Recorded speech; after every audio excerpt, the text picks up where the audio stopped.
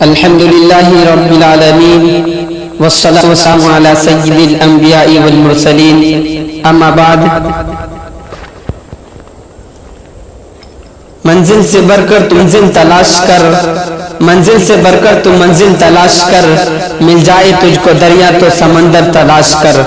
ہر شیشہ ٹوٹ جاتا ہے پتھر کی چوٹ سے، پتھر ہی ٹوٹ جائے وہ شیشہ تلاش کر۔ دل بدل سکتے ہیں، جذبات بدل سکتے ہیں، دل بدل سکتے ہیں، جذبات بدل سکتے ہیں، ملک کے فکر و خیالات بدل سکتے ہیں، یارو اگر تم بدل جاؤ تو دن رات بدل سکتے ہیں۔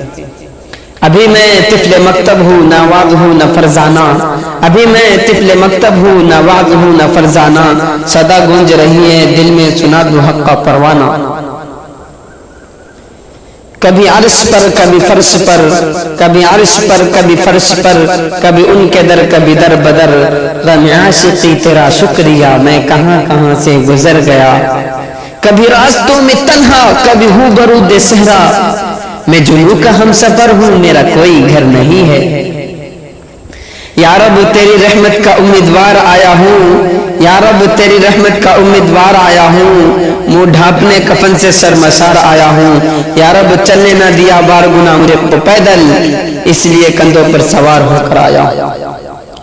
دنیا کی دار فانی سے گزر جانے کے بعد جب انسان دار بقا کے اندر پہنچ جاتا ہے، جب انسان قبر کے اندر ڈالا جاتا ہے، جب اس کے پاس منکر نکیر سوال کرنے کے لیے آتا ہے، تب اسے معلوم ہوتا ہے کہ کاش میں دنیا میں غفلت کے نیند سوتا رہا، کاش میں دنیا کے اندر نیک اعمال کر لیتا، اچھے اعمال کر لیتا، اچھے زندگی گزار لیتا، اللہ کے حکموں پر چلتا، حضور پاک علیہ الصلوۃ والسلام کی لائے ہوئے دین پر گامزن ہو جاتا اور اس کے دین پہ چلتا اور اس کے لائے ہوئے طریقوں کو میں اپناتا اور اس کے سنتوں پہ عمل کرتا، تو آج مجھے اس قبر کے اندر مجھے اتنی سختی اٹھانی نہ پڑتی، کیونکہ قبر سارے جگہوں میں سے سب سے پہلا مقام کون سا مقام ہے؟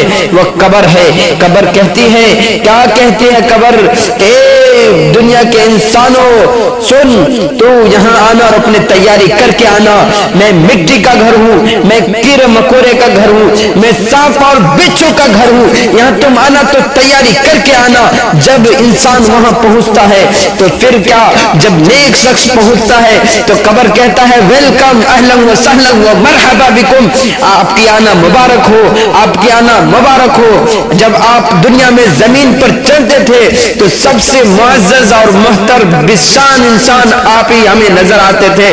میں سوچتا تھا کہ کب آپ ہمارے پاس تشریف آوری ہوگی، کب آپ ہمارے پاس آئیں گے، اور آج آ گئے ہیں تو میرے اچھے سلوک کو بھی دیکھو گے۔ اور قبر اس قدر کشادہ ہو جاتی ہے، جس طرح دنیا کے اندر انسان رہتے ہیں جہاں تک کہ نظر جاتی ہے وہاں تک کہ کشادہ ہوتا چلا جاتا ہے، اسی طرح قبر کشادہ ہو جائے گی، جنت کے بستر لگا دیا جائے گا اور جنت کی کھڑکیاں کھول دی جائے گی اور پھول کے بستر پہ اسے سلا دیا جائے گا۔ اسی طرح جب ایک گنہگار شخص کو لایا جائے گا، اس کے اندر ڈالا جائے گا، قبر کہتی ہے کہ تمہارا آنا نامبارک ہو، تم جب دنیا میں زمین پر چلتا تھا سب سے زیادہ تجھے سے مجھے نفرت تھی، آج تو میرے پاس آئے ہو تو آج تو میرے سلوک کو بھی دیکھو گے۔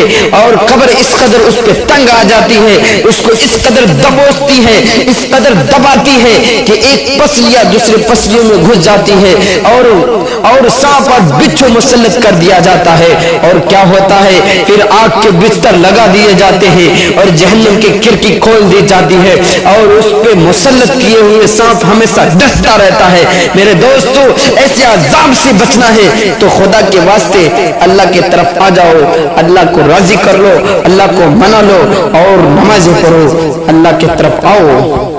وآخر دعوانا الحمدللہ۔